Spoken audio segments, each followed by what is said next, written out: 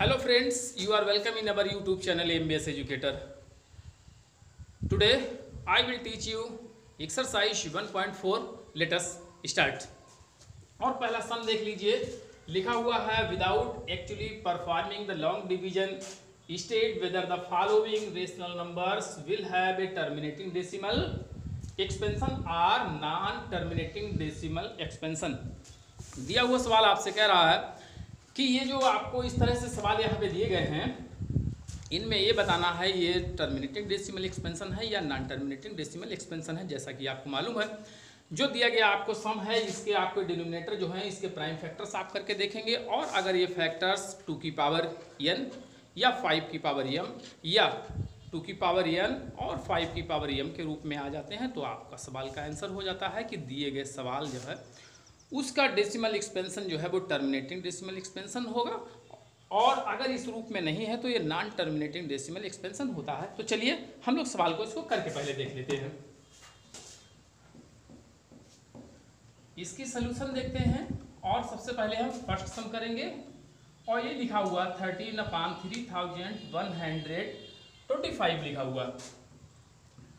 We have 13/3125 is equal to 13 अगर 3125 का हम प्राइम फैक्टर करेंगे तो ए हो जाएगा आपका 5 × 5 × 5, इस तरह से 5 आपका 5 टाइम आ जाएगा। आप इसको निकाल करके देख भी सकते हैं, और इसको आप 5 की पावर 5 लिख सकते हैं। यहाँ पे जब आपने देखा ये 5 की पावर जो 5 लिखी हुई है, अगर आप चाहें इसके पास में 2 की पावर 0 भी लिख सकते हैं, और आपको मालूम है किसी की पावर अगर 0 लगी होती है इसका मतलब आपका 1 ही होता है, इससे कोई फर्क नहीं पड़ा है, बल्कि आपका दिया हुआ जो सम था वो 2 की पावर n और 5 की पावर n के रूप में हो गया। अब हम लिख देते हैं so that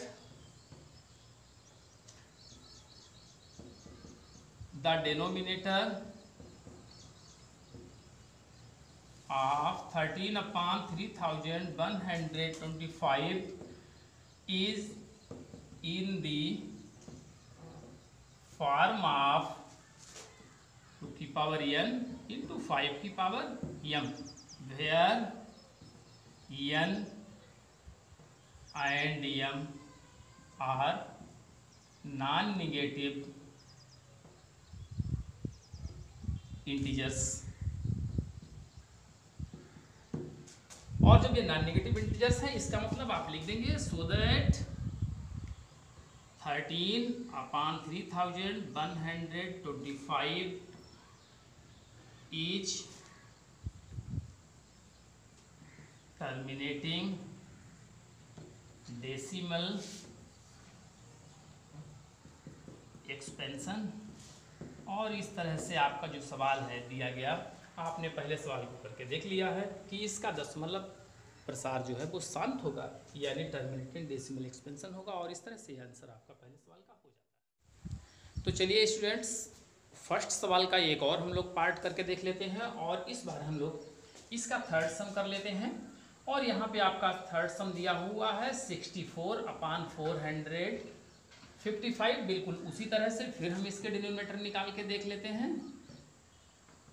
We have 64/445 is equal to 64/445 जो दिया हुआ है, अगर 55 दिया हुआ है इसके आप प्राइम फैक्टर निकालेंगे तो 5 9 जा होता है, 5 बन जा होता है, और यहाँ पे आप कर लेंगे इसको तो ये हो जाता है 13 7 जा होता है, 7 बन जा हो जाता है। तो इस तरह से हो जाएगा 5 × 7 × 13 हो जाएगा। Therefore the denominator of 64/455 is not in the form of 2 की पावर n into 5 की power m, so that 64/455 is non terminating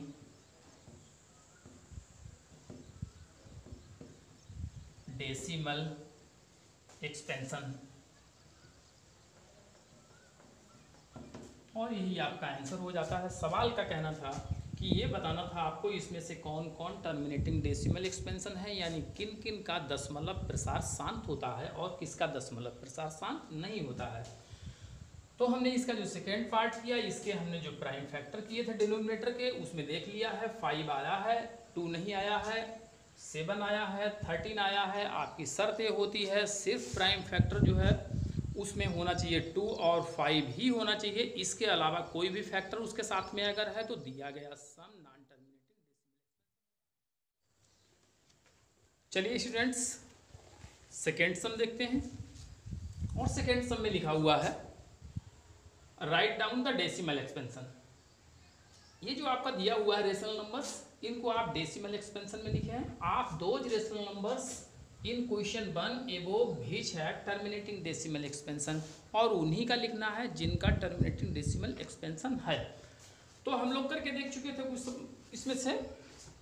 इस बार हम 15/16000 को ले लेते हैं और सॉल्व करना शुरू कर देते हैं। इसका सोल्यूशन देखते हैं। 15/1600 इज इक्वल टू 3 × 5 लिख सकते हो 15 को, और अगर जो 1600 लिखा हुआ है इसका आप प्राइम फैक्टर करेंगे तो 2 8 जा होता है, फिर 2 4 जा होता है, 2 2 जा होता है, और 2 1 जा होता है, और 2 50 जा होता है, फिर 2 25 जा होता है, अब 5 5 जा और 5 1 जा होता है। इस तरह से 2 × 2 × 2 ये आपका 6 टाइम आ रहा है, और इसको आपने 6 टाइम लिख दिया, और 5 जो था आपका 2 टाइम आ रहा था उसको आपने 2 टाइम लिख दिया।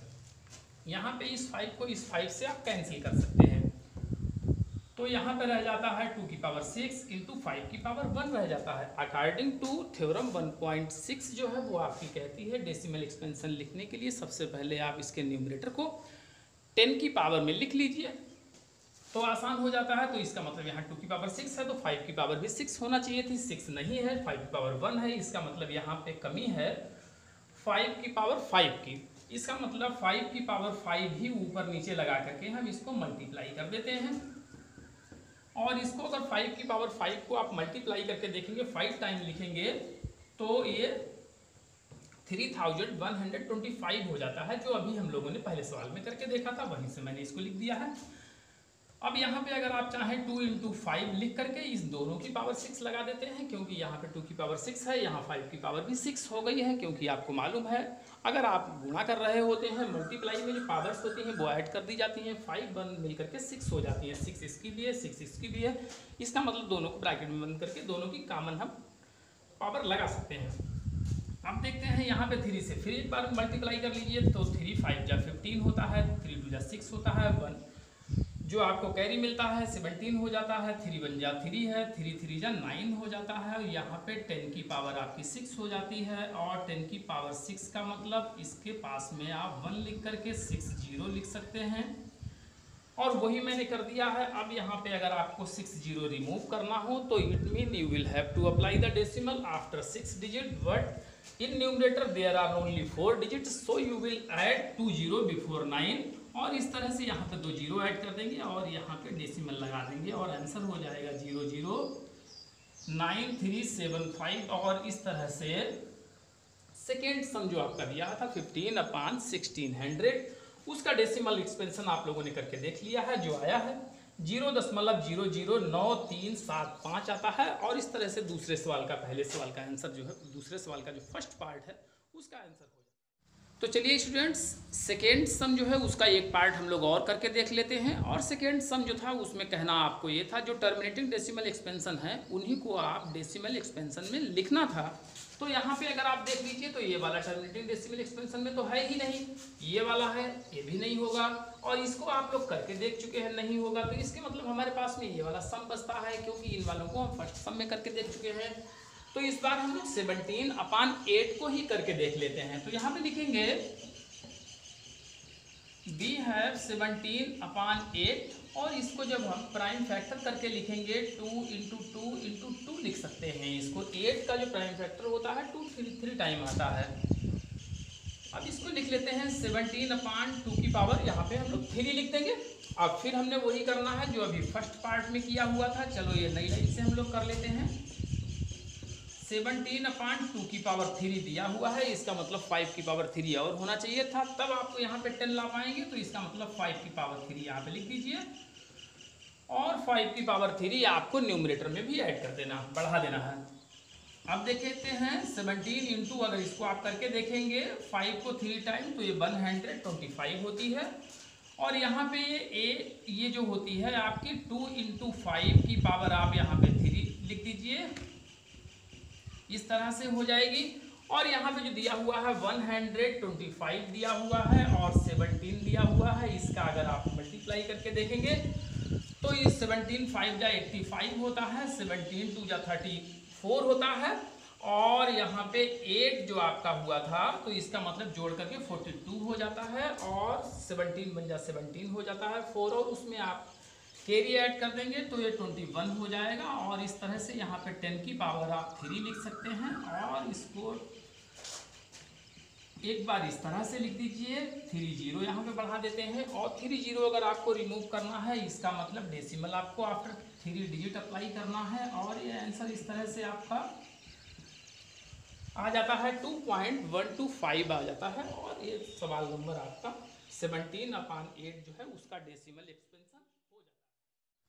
तो चलिए स्टूडेंट्स, हम लोग तीसरा सवाल देख लेते हैं, थर्ड सम। और थर्ड सम देखेंगे तो इसमें आपको 3 सम दिए गए हैं, और इस बार ये जो सम आपको दिए गए हैं ये डेसिमल एक्सपेंशन में ही है, दशमलव प्रसार में लिखे हुए हैं। अब आपको देख के सबसे पहले आपको इससे पूछ रहा है कि बताइए कि दिए गए डेसिमल एक्सपेंशंस क्या रेशनल नंबर्स हैं। अब रेशनल नंबर्स देखने के लिए सबसे पहले आप ये जान लीजिए, अगर दशमलव के बाद में दी गई डिजिट्स निश्चित हैं तो रेशनल नंबर है, और किसी भी दी गई दशमलव संख्या के बाद में कोई भी डिजिट्स बार बार आ रही हैं, लेकिन उसकी शर्त यह है कि वही डिजिट्स आ रही हैं, तो उसके ऊपर आप बार ब्रैकेट लगा देते हैं, जैसे यहाँ पे लगा हुआ है। अगर इस संख्या की प्रोसेस और आगे बढ़ाएंगे तो यहाँ पे 1 से फिर आना शुरू हो जाएगा, 1 2 3 4 9 तक आ जाएगा। और अगर फिर उस प्रोसेस को आगे बढ़ाएंगे, इसका मतलब फिर यही पूरी डिजिट 1 2 9 पूरी डिजिट फिर आ जाएगी, और इस तरह से चलती चली जाएगी। तो इसका मतलब ये भी आपकी रेशनल नंबर है, P/Q के रूप में इसको आप लिख सकते हैं। लेकिन शर्त यह है जिसमें इस तरह से लगा होता है वो उसका जो डेसिमल एक्सपेंशन होता है वो नॉन टर्मिनेटिंग होता है। लेकिन अगर आप सेकंड वाले की बात करें तो यहाँ पे लिखा है 1 2 0, फिर लिखा है 1 2 0 0 1 2 0 0 1 2 4 टाइम 0। इस तरह से अगर बार बार कोई संख्या बदल के आती चली जाती है या बढ़ के कुछ आती चली जाती है, तो आप समझ जाइए दी गई संख्या वो आपकी रेशनल नहीं होती है, बल्कि वो इरेशनल होती है। तो इस तरह से ये वाली इरेशनल है, बाकी 2 रेशनल है। चलो हम लोग इसको करके भी देख लेते हैं, सॉल्यूशन देखते हैं। और सबसे पहला सवाल यहाँ पे हम लोग करेंगे 43.1234567 लिखा हुआ है। अगर इसको हम लोग हल करके देख लें, 1 2 3 4 5 6 7 8 और 9 लिखा हुआ है। अगर आप इसका डेसिमल रिमूव करना चाहें तो इसका मतलब आप 1 लिख करके यहाँ पे उतने ही 0 लिख सकते हैं जितने की आफ्टर डेसिमल डिजिट्स लिखी हुई हैं। तो यहाँ पे अगर इनको आप काउंट करके देखेंगे तो 6 डिजिट है, इसका मतलब आप 6 टाइम यहाँ पे 0 लिख सकते हैं, और इस तरह से आपका ये डेसिमल रिमूव हो जाता है। अब इसको चाहें तो आप इस तरह से लिख सकते हैं, और 10 की पावर यहाँ पे आप जो है 9 लिख दीजिए। अब आपको इसके जवाब में लिखता है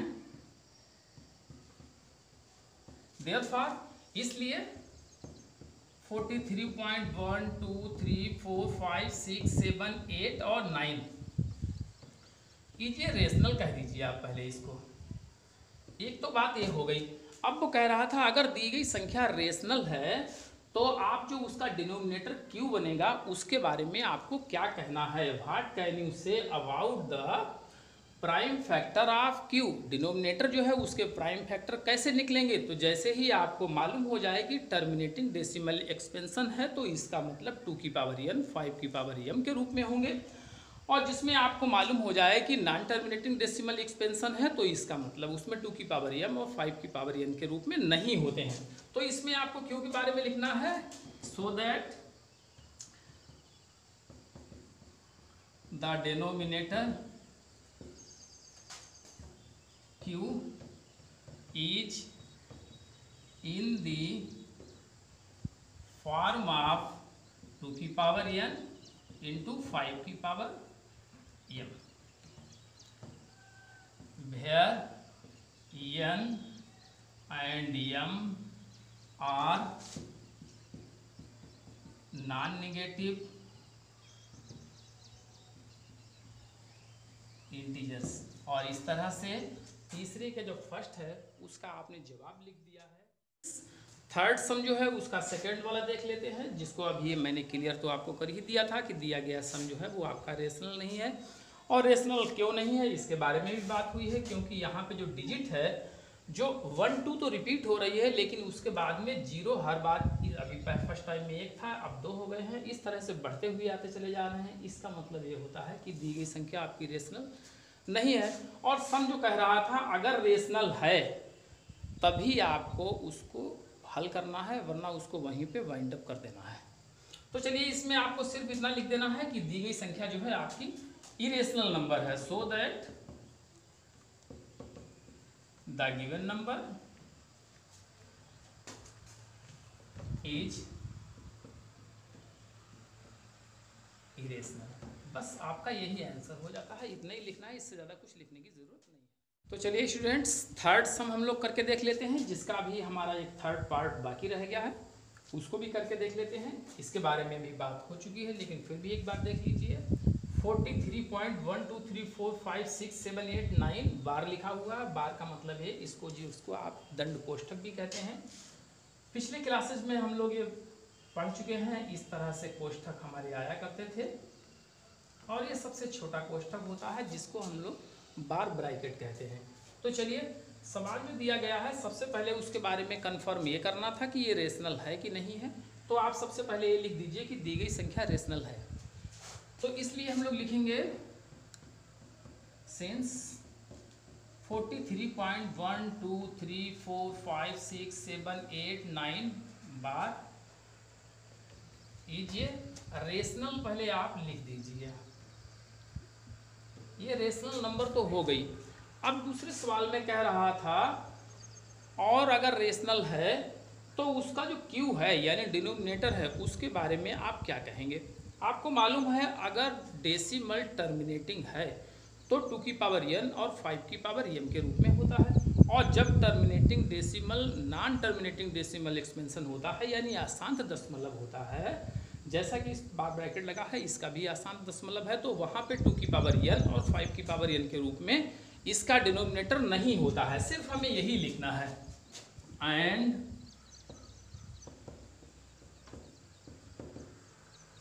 denominator q is not in the form of 2 की पावर n इंटू 5 की पावर m। बस आपको इतना लिख देना था कि इसका जो डिनोमिनेटर है वो 2 की पावर n और 5 की पावर m के रूप में नहीं होगा। और ये क्लियर कहाँ से हुआ है, क्योंकि इसका डेसिमल एक्सपेंशन जो है वो नॉन टर्मिनेटिंग है, इसलिए आपने ऐसा लिख दिया है। तो इस तरह से आज की हमारी एक्सरसाइज 1.4 पूरी हो गई है। और इसी के साथ हमारा जो पहला चैप्टर चल रहा था रियल नंबर वो भी पूरा हो गया है। आप लोगों को हमारा ये प्रयास कैसा लगा? अगर हमारा प्रयास आप लोगों को अच्छा लगता है तो कृपया हमारे चैनल को लाइक करें, सब्सक्राइब करें और अपने दोस्तों के साथ